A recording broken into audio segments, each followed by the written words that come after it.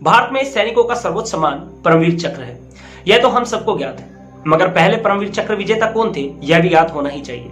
आज तक 21 वीरों को परमवीर चक्र मिला है, जो 26 जनवरी 1950 से शुरू हुआ था।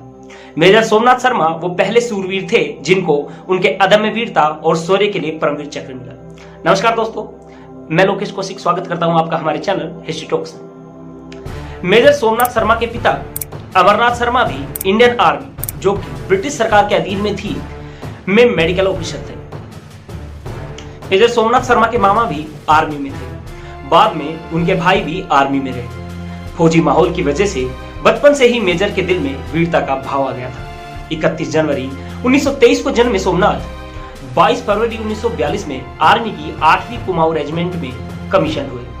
उस समय ब्रिटेन जापान के साथ युद्धरत था, इसलिए सोमनाथ शर्मा द्वितीय विश्व युद्ध में जापान के साथ लड़ने चले गए। जब भारत आजाद हुआ तो भारतीय आर्मी का हिस्सा बने और उसी समय अक्टूबर 1947 में पाक के खैबर पख्तून से पठानों का लश्कर कश्मीर को हथियाने के लिए भेजा जाने लगा। कहने को तो वे सब कबीलाई थे, मगर उनके पास उस समय के सबसे बड़े हथियार थे। जब महाराजा हरि सिंह ने नेहरू से मदद मांगी तो नेहरू ने फौज भेजना स्वीकार किया।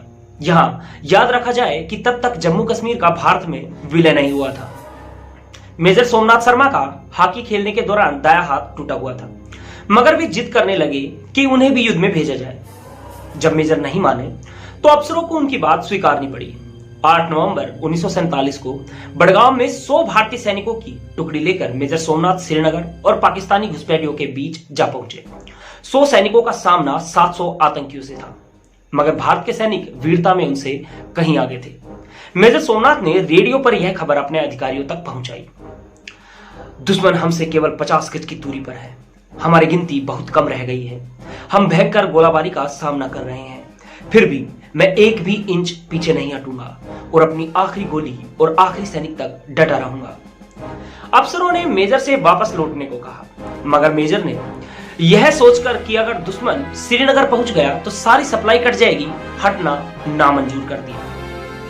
मेजर के दाएं हाथ में प्लास्टर था, मगर वे एक के बाद एक सैनिकों के पास जाकर उनका हौसला बढ़ाते रहे। उन्होंने एलएमजी की मैगजीन भरनी शुरू की और सैनिकों को लगातार लड़ने को उत्साहित किया।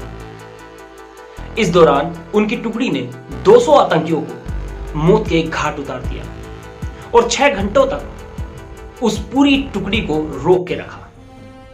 जब मेजर सोमनाथ अपने एक सैनिक के एलएमजी में मैगजीन लगा रहे थे, तभी दुश्मनों की एक मोटार के हमले से वहां रखे एमिनेशन में ब्लास्ट हो गया और भारत का यह वीर गति को प्राप्त हुआ।